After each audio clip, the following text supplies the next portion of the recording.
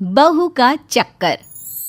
अरे अरे रुकिए, कुछ सोचने से पहले आपको बता दे कि बहू का चक्कर वो वाला चक्कर नहीं, यहाँ तो किसी और ही चक्कर की बात हो रही है। अरे अरे रिद्धि बहू, क्या हो गया? फिर चक्कर? हाँ सासू माँ, फिर चक्कर लग रहा है, पूरी दीवारें घूम रही है। Oh God, मैं तो गई बोलकर बहू तो छपाक से गिर जाती है। अरे रेंको पेंको जिंको कोई है, जल्दी आओ, बहू गिर पड़ी है फिर से।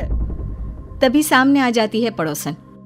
हाय रे, बधाई हो रिंकू पिंकू चिंकू की माँ, बहू पेट से है, दादी बनने वाली हो क्या?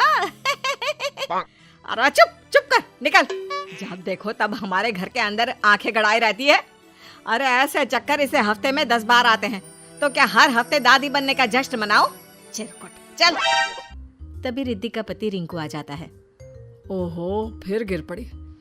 एक तो इसका ना समझ में नहीं आता, गिर गिर कर इसका शरीर कितना मजबूत हो गया, लेकिन फर्श बेचारी गिर गिर कर टूट रही है।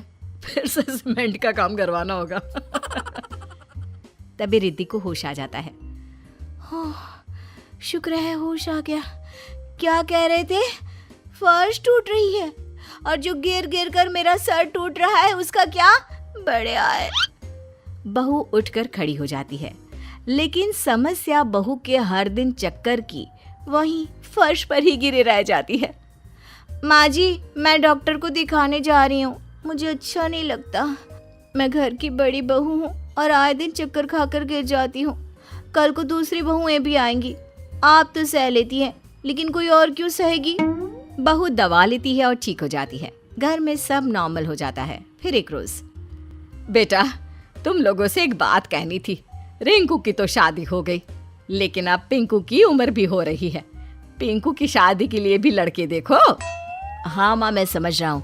घर पर बहू एक और खाने वाले इतने, रसोई के काम में भी दिक्कत आती होगी। बोल, कैसी बहू ढूंढे छोटे के लिए? अरे जैसी मर्जी देख लो बेटा, बस ये देख लेना कि चक्कर पक्कर ना आता हो। बहू के चक्कर से तो मैं परेशान हो गई हूँ। खैर, किसी तरह छोटे की भी शादी हो जाती है। बड़ी और मझली बहू के साथ तो सास के व्यारे न्यारे होते हैं। कोई रोटी देती तो कोई सूप, कोई चाय लाती तो कोई सर दबाती।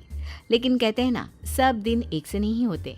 एक रोज नई मझली बहू, माँ जी जल्दी आइए, ये देखिए रिद्धि भाभी को क्या हो गया, वो तो गिर पड़ी हैं। हाय रे, लग रहा है इसकी चक्कर आने वाली बीमारी खत्म नहीं हुई।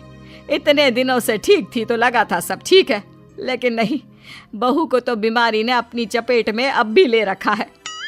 माँ रिद्धि को चक्कर आया और वो गिर पड़ी। अब छोटी शीतल को क्या बोलूं मैं? अरे बोल दे, कुछ नहीं, चूहा देखकर डर गई, मैं डॉक्टर को बुलाती हूँ। तभी छोटी बहू सास से पूछती है, सासू माँ, वो रिद्धि भाभी को क्या हो गया? अचानक धम से गिर गई। अभी तो मैं सुबह का खाना बनाकर हटी हूँ, शाम की उनकी बारी थी, अब वो अचानक से बीमार हो गई। तभी छोटी बहू की माँ आती है। अरे क्या हो गया बड़ी बहू को? लगता है सास का प्रेशर है, बेचारी सह नहीं पा रही है। अरे क्या प्रेशर है? कोई प्रेशर नहीं है। वो तो बहू को बीमारी थी, हम लोगों को शादी से पहले बताया नहीं उसकी माँ ने। देखिए, आपकी बेटी को भी कोई बीमारी शिमारी हो ना तो बता दीजिए। वो क्या है ना, अब हिम्मत नहीं रही बहुओं के नखरे उठाने की। अरे उन्होंने आपको नहीं बताया तो कम से कम आप हम लोगों को तो बता देती। अब ये बताओ कि इतने सारे लोगों का काम क्या मेरी बेटी अकेले करेगी दोनों वक्त का? चल बेटी मायके। चल बेटी, अरे स्कूल में दाखिला नहीं कराया है बेटी का, शादी की है, ससुराल है, यहाँ से ऐसे लेकर नहीं जा सकते अपनी बेटी को। अरे तो क्या करूं, बेटी को रोटी बनाने की मशीन बनाकर यहीं छोड़ जाऊं? भरा पूरा परिवार, सास बुढ़िया जेठानी को चक्कर की बीमारी, ना जी ना। चल बिटिया। छोटी का पति कहता है, अरे कैसी बात कर रही है सासू माँ, अभी तो शादी हुई है हमारी, इतनी जल्दी बीवी को लेकर क्यों जा रही हैं? तो क्या करे मेरी अम्मा, मेरे साथ रसोई में कौन काम करेगा? ना जी ना, मेरे बस की नहीं है। छोटी बहू तो माँ के साथ निकल जाती है। अब रह जाती है बड़ी बहू। बड़ी बहू को जब होश आता है तो वो देखती है कि सभी उसके आसपास खड़े होते हैं। क्या हो गया? सब ठीक तो है ना? हाँ हाँ, घर खराब करके पूछ रही है सब ठीक तो है ना? अरे हो क्या जाता है तुझे? क्यों नहीं दिखा देती डॉक्टर को? अरे भाभी, ये ऐसी बीमारी थी तो शादी नहीं करनी चाहिए थी ना आपको भाई से। आपकी हालत देखकर मेरी बीवी भी चली गई। चली गई? हालत मेरी खराब थी तो वो क्यों चली गई? अरे मैं ही चली जाती हूँ मायके। हाँ हाँ, तू जा जा, तू यही सही रहेगा। भाभी, आप आए दिन बेड पर रहेंगी, फिर वो कैसे घर का सारा काम अकेली करेगी? इसीलिए उसकी माँ उसे ले गई। ओह, ये बात है। मेरी बीमारी के कारण आप लोग परेशान हो ना। वैसे मैं अभी का खाना तो जल्द से बना देती हूँ, सुबह चली जाऊंगी मायके। चक्कर खाकर गिरी बहू अब खड़ी हो जाती है, घर का सारा काम करके खाना बनाती है, सबको गर्मा गर्म खाना खिलाती है और फिर बहू बस कर, अभी अभी बिस्तर से उठी है, फिर गिरने का इरादा है क्या? हाँ रिद्धि, रहने दो, इतना काम मत करो। अरे नहीं नहीं, मैं नहीं तो कौन करेगा? देवरानी को तो आए कुछ दिन ही हुए थे, लेकिन मैं ही तो सबका ध्यान रख रही थी। चाहे जो भी हो, तबीयत कितनी भी खराब रही हो मेरी, लेकिन आज एक बात तो समझ गई कि ये बोलकर बहू चुप हो जाती है।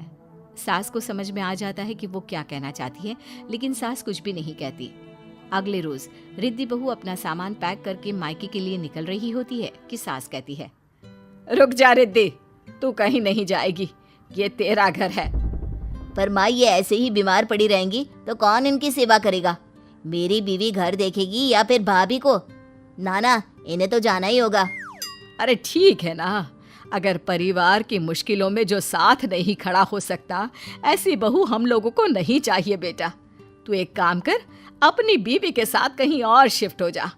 मेरी रिद्धि बहू तो मेरे साथ ही रहेगी। सास के फैसले को देखकर रिद्धि खुश हो जाती है।